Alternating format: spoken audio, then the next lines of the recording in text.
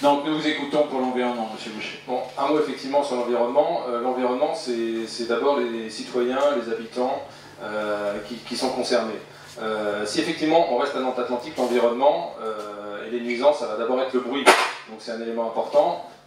Sur les trajectoires d'approche finale, aujourd'hui vous le voyez sur la carte du haut, elle est décalée de 13 degrés pour éviter le survol du centre-ville de Nantes. Cette procédure est dérogatoire depuis très longtemps et ne pourra pas tenir si l'aéroport est maintenu à Nantes. Ce qui veut dire qu'il faudra mettre une approche guidée, un ILS automatique pour être dans l'alignement de la piste. Ce qui veut dire que vous passerez dans l'alignement de la Tour Bretagne et que vous survolerez le centre-ville, le cœur de ville de Nantes, donc la préfecture, le cours des 50 otages, l'ensemble des zones les plus peuplées. Donc c'est une vraie difficulté. En plus, ce que ne disent jamais les opposants, évidemment, c'est que quand vous changez les trajectoires à moins de 3000 mètres d'altitude, vous devez faire une enquête publique. Donc ce qui veut dire que si jamais on reste à Nantes-Atlantique, on change les trajectoires, on repart dans un débat public, dans une enquête publique, et donc dans un processus juridique sans fin, donc c'est des années et des années de procédure. Le bureau enquête-analyse d'ailleurs souligne que ces procédures dérogatoires sont tout à fait exceptionnelles, et ce qui est très contraignant, c'est qu'elles imposent en fait une visibilité de 3000 mètres. Donc c'est évidemment problématique, puisque quand la météo n'est pas bonne, eh bien, soit les avions atterrissent par le sud, et s'ils ne peuvent pas, ils vont atterrir à Bordeaux, ou à Rennes, ou à Brest. Donc effectivement, les contraintes de survol de Nantes sont très très fortes.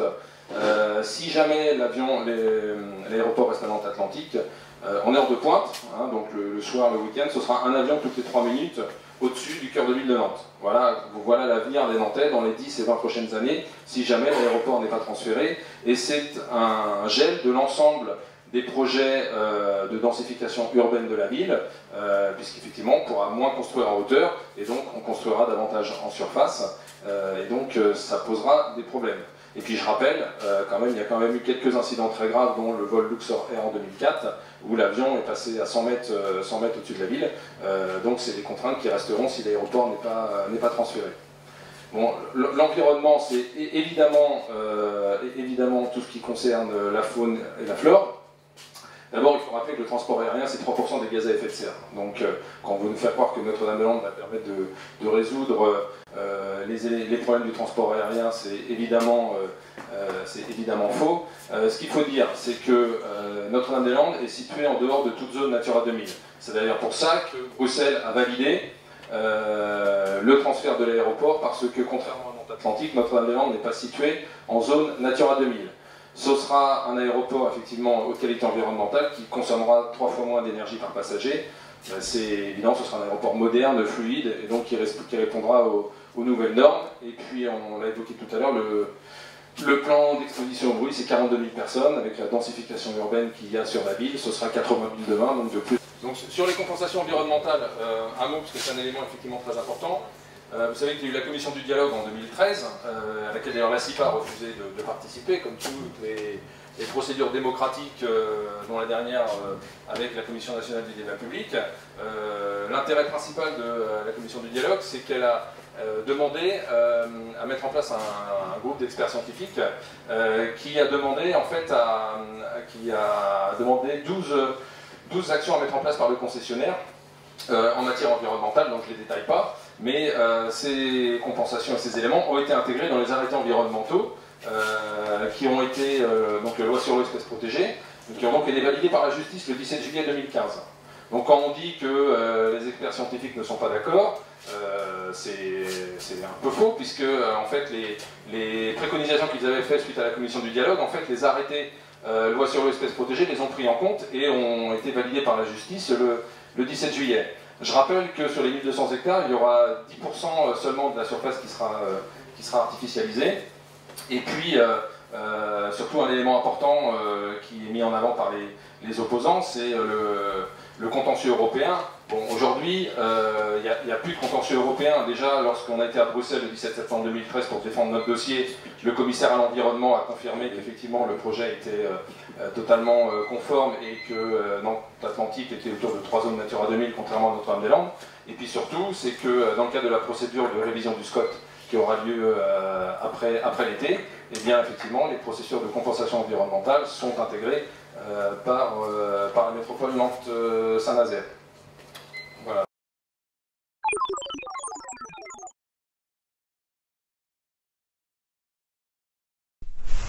En rénovant l'aéroport actuel de Nantes-Atlantique, on pourrait arriver à des performances en termes de consommation d'énergie, certes légèrement supérieures, mais très comparables à celles de Notre-Dame-des-Landes.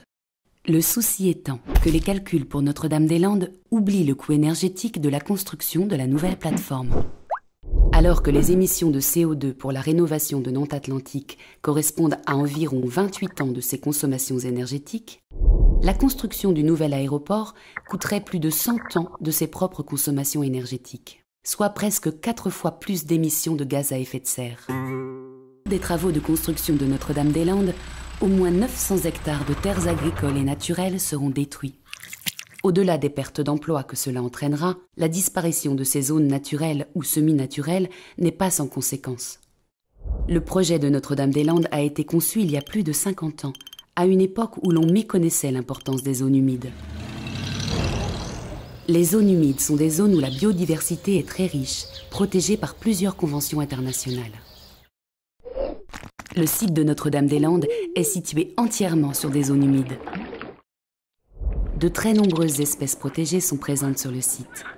Certaines n'ont d'ailleurs pas été repérées dans l'inventaire initial et devront faire l'objet de nouvelles démarches pour leur préservation. Des mesures pour compenser la destruction de ces milieux naturels ont été évoquées, mais recréer un écosystème aussi complexe semble illusoire. D'autant que seulement 3 des espèces protégées seraient transférées, avec un nombre minuscule d'individus de ces populations, entre 1% et 1 pour 1000. L'Union européenne a engagé une procédure contre la France, en lui reprochant le traitement du dossier dans ses aspects environnementaux. Construire un aéroport à Notre-Dame-des-Landes est la seule solution pour réduire les nuisances sonores à Nantes. 42 000 habitants de la périphérie nantaise seraient exposés aux nuisances sonores de l'aéroport Nantes-Atlantique. En réalité, si ce chiffre a bien été avancé par la Direction générale de l'aviation civile en 2004, il a été calculé sur la base de 75 000 vols, alors que le trafic actuel est de 49 000, soit un tiers de moins. Par ailleurs, ces 42 000 personnes exposées se situent dans la zone D. Le plan d'exposition au bruit de l'aéroport Nantes-Atlantique se compose de 4 zones, A, B, C et D. Les zones A et B sont celles où les nuisances sont les plus fortes, mais sont très peu habitées.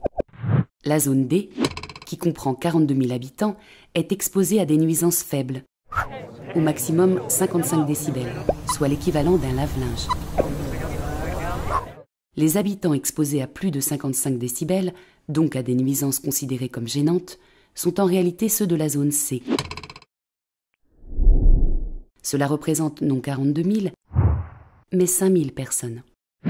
Plus exactement, représenterait 5 000 personnes si le trafic passait de 49 000 vols à 75 000.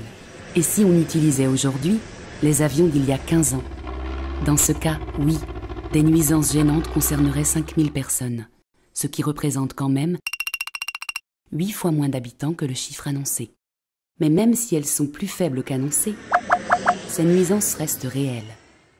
Des solutions existent pour réduire les nuisances. Elles sont appliquées sur beaucoup d'autres aéroports. L'autorité de contrôle des nuisances aériennes recommande depuis 2 ans une tarification plus pénalisante pour les avions les plus bruyants. Elle n'est pas appliquée à Nantes-Atlantique. À Nantes-Atlantique, les trajectoires de décollage et l'atterrissage par le sud évitent de survoler des zones très peuplées. La trajectoire d'arrivée côté nord devrait être améliorée. Il est possible d'augmenter la pente pour que les avions qui arrivent par le nord survolent Nantes à plus haute altitude. Et surtout, comme le demandent les riverains, les vols de nuit devraient être beaucoup plus limités.